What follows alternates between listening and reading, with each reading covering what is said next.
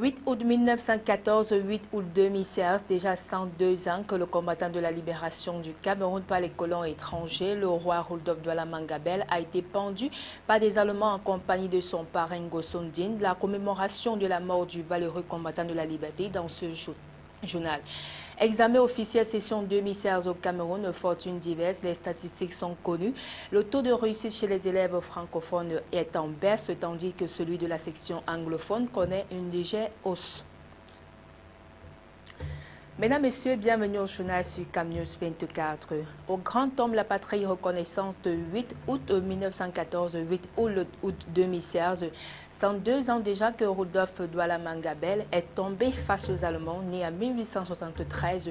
Il a été intronisé chef supérieur du clan des Bels en 1908 suite à la mort de son père, Doumbé Manga, et il devint 6e de la dynastie des Bels fondée en 1792. Rudolf Douala Mangabel va s'opposer au projet d'expropriation de la communauté Bel qui regroupe les Bonamandone, Bonapriso, Bonadoumbé, tous propriétaires et habitants du plateau Jos à Douala, initié par l'autorité allemande. Bel est ainsi devenu le leader de la résistance pan-Douala à la politique. Lui et les autres chefs vont multiplier les arguments pour faire pression sur l'administration allemande à travers des lettres, des pétitions et des arguments juridiques, mais ceux-ci vont être ignorés et réfutés. Douala Mangabel et ses partisans seront tous arrêtés en 1914, enchaînés et jetés en prison. Après une longue instruction rapide, Douala Mangabel sera condamné à mort puis exécuté par pendaison le 8 août 1914. Ce lundi 8 août est donc jour de commémoration en hommage à celui qui a défendu la patrie jusqu'au sacrifice, Rudolf Douala Mangabel. Accord de partenariat économique avec l'Union européenne, le Cameroun bénéficie déjà des retombées. Au niveau de la douane, il y aura désormais une réduction de l'ordre de 25% sur le dédouanement des marchandises de première nécessité. C'est ce qui ressort de la réunion de la Direction générale des douanes tenue à Douala avec les opérateurs économiques. Les détails dans ce reportage.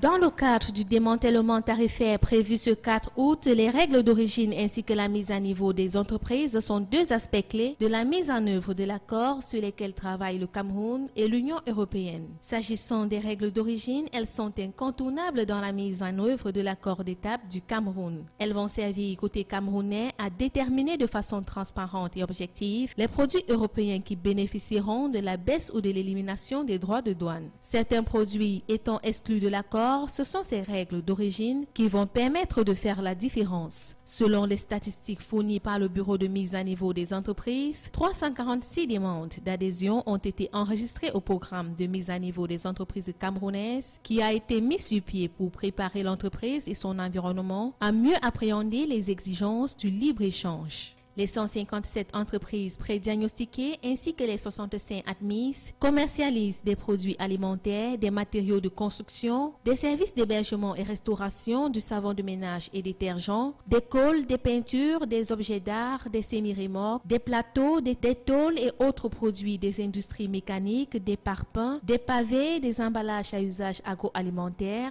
des tissus, des vêtements et bien d'autres. Bilan à mi-parcours des activités de la communauté urbaine de Douala, le taux de réalisation des travaux oscille autour de 28%. C'est ce qui ressort de la tenue de la session ordinaire de la réunion du comité d'évaluation de l'exécution des projets à Douala.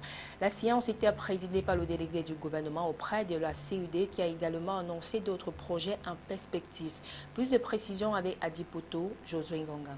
La consommation à mi-parcours du budget de l'exercice 2016 de la communauté urbaine de Douala révèle entre autres ce qui suit. Un taux de lancement des marchés de l'ordre de 80% sur 185 enregistrés. Pour ce qui est des travaux sur le terrain, les entreprises sont mobilisées. Le curage et construction des drains d'une longueur de 50 km a été déjà lancé. Le montant de l'exécution des travaux est de 105 milliards de francs CFA. Oui, je suis satisfait de ce bilan mi-parcours, même si les chiffres ne reflètent pas exactement l'ampleur du travail qui est fait sur le terrain. Parce que le taux de réalisation est autour de 28%, c'est-à-dire moins de 30%, qui est des travaux sur le terrain, vous l'avez constaté, toutes les entreprises sont mobilisées. Et ce qui nous intéressait particulièrement, c'est des travaux qui concernent les drains, les grands travaux que toutes les populations attendaient. Donc l'effectivité de leur début sur le terrain étant déjà là. Pour ce volet, le rendez-vous a été donné pour octobre 2016 pour le second bilan. Par ailleurs, le délégué du gouvernement a annoncé le début de la commercialisation des logements au stand-in de la Cité des Cinquantenaires. Dans la même lancée, un partenariat avec la mairie de Bordeaux aura également lieu pour la construction d'un point d'embarquement pour l'île de Manoka dans l'arrondissement de Douala 6e. Quant aux travaux de la réfection de l'hôtel de ville, ils démarreront en septembre prochain et sont budgétisés à 460 millions de francs CFA. Quant aux travaux d'urbanisation, la communauté urbaine de Douala a mis en place des plaques sécurisées pour les permis de bâtir. Toujours dans la même vision, la communauté urbaine de Douala a décidé de rendre la ville plus attractive à l'occasion de la CAN féminine, puisque la ville de Douala est une zone de transit vers Limbé. Comme autre innovation, il y aura également une plateforme de collaboration et d'échange entre la communauté urbaine et les mairies. L'on tient compte de les services de population, des contribuables de notre cité. On peut dire sans se tromper que ce taux de réalisation est satisfaisant. Mais en ce qui concerne la collaboration entre la communauté et les CAD, la plateforme mise sur pied constitue justement à résoudre un certain nombre de problèmes. Dans cette collaboration, pour le moment, connaît certains problèmes, mais nous pensons qu'à l'avenir, les choses vont s'améliorer. Au terme de ces échanges, il apparaît que les autorités de la ville de Douala travaillent de concert pour le développement malgré les difficultés rencontrées. Tournoi de la paix interchefferie de la commune d'arrondissement de Douala 2e. La 9e édition a été lancée le 5 août 2016 au stade d'Agobert Fampo de Cassa-la-Femme. La cérémonie de match d'ouverture était présidée par le premier adjoint du sous-préfet de Douala 2e en présence de la coordonnatrice Madame le maire de la localité, Maître Denise Fampo. Eric Tucheux, José Ngonga.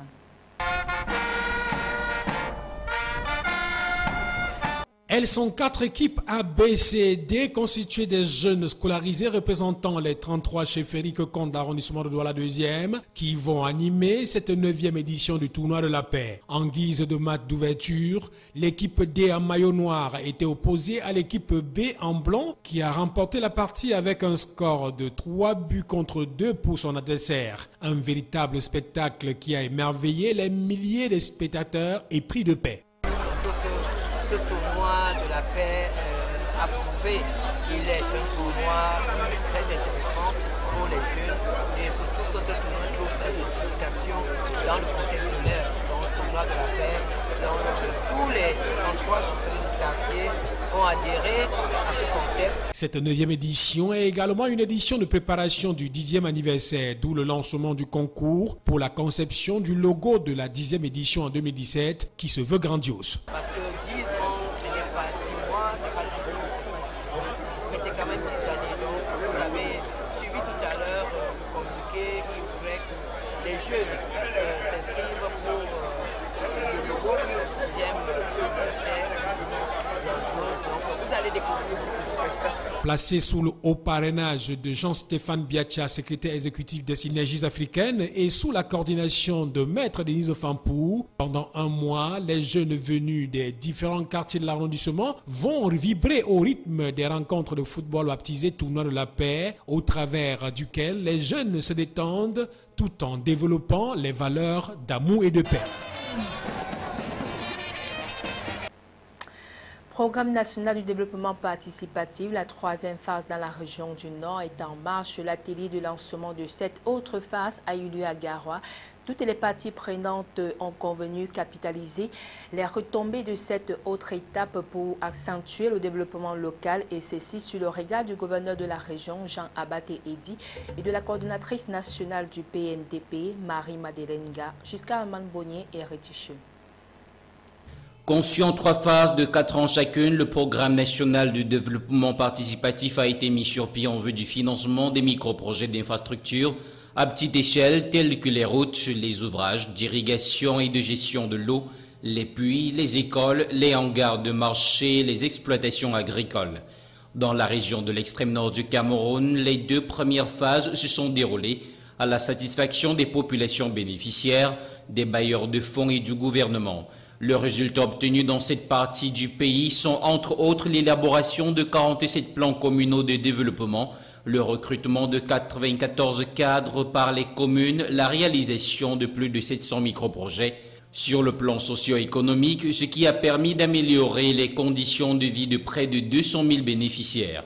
C'est ce qui ressort du bilan présenté par la coordonnatrice nationale du PNDP à l'occasion de la cérémonie de lancement officiel de la 3e et dernière phase du dit programme. Une cérémonie présidée par le gouverneur de la région de l'extrême nord en présence des préfets, des maires, des sectoriels et autres acteurs du développement local de la région. Midi Awa Bakari, dans son allocution, a dit sa satisfaction des bailleurs de fonds qui accompagnent ce programme dans ses missions au sein des municipalités. Il a précisé dans son allocution que cette phase, dite phase de consolidation, concentrera plus de financement en faveur des communes de l'extrême nord, une région confrontée à la pauvreté, à l'insécurité et l'afflux des réfugiés.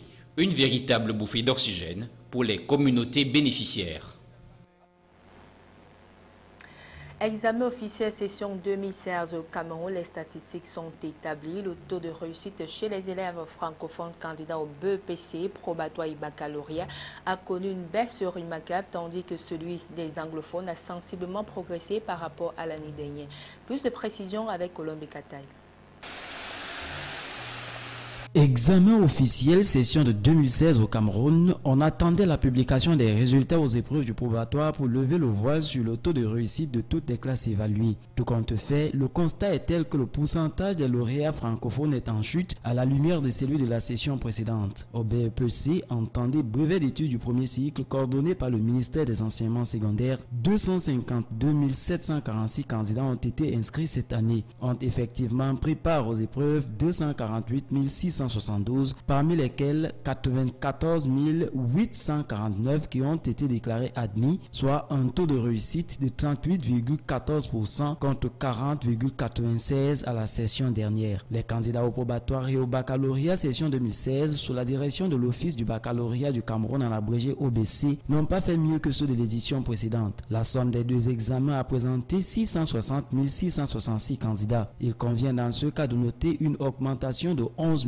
633 inscrits par rapport à l'année dernière. Un accroissement qui n'est pas conciliable avec un nombre d'admis qui est de 144 603 en 2016 contre 149 429 en 2015 pour un taux de réussite de 49,99% cette année contre 43,64% à la session de 2015. Les anglophones, quant à eux, ont fait montre de plus de bravoure en franchissant le cap de 50% aux examens officiels. Ils étaient 102 857 candidats au 10 ordinaire level et ont été déclarés admis 63 951, soit un taux de réussite de 62,17% contre 44,93% en 2015. Quant à leurs aînés du DC Advanced Level, ont été déclarés admis 29 226 sur les 43 937 ayant composé, le taux de réussite se levant à 66,52% contre 61,41% en 2015.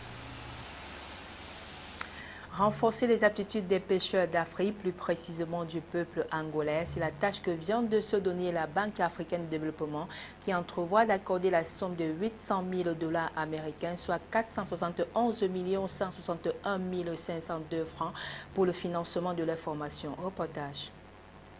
Soucieux des problèmes que connaît la pêche angolaise et consciente de sa grosse tâche qui est la leur, à savoir accompagner le peuple africain dans le processus de son développement, la Banque africaine de développement envisage d'octroyer le montant de 800 000 $ américains, soit 471 161 500 francs CFA pour la collecte des données, la diffusion des bonnes pratiques et la formation des pêcheurs. D'après Mamoudzou Diallo, représentant de la FAO en Angola, Angola, il s'agit de la phase préparatoire du Centre national agricole qui implique la perche, la sylviculture, l'agriculture et la FAO en tant que partenaire exécutif se doit de les accompagner dans ce projet. Au regard de l'importance du champ d'action, il sera étendu dans 2 sous-secteurs liés à la zone rurale étant donné que la formation est exécutée par des consultants angolais qui ont été formés par la FAO. Cerise sur le gâteau, les bénéficiaires auront également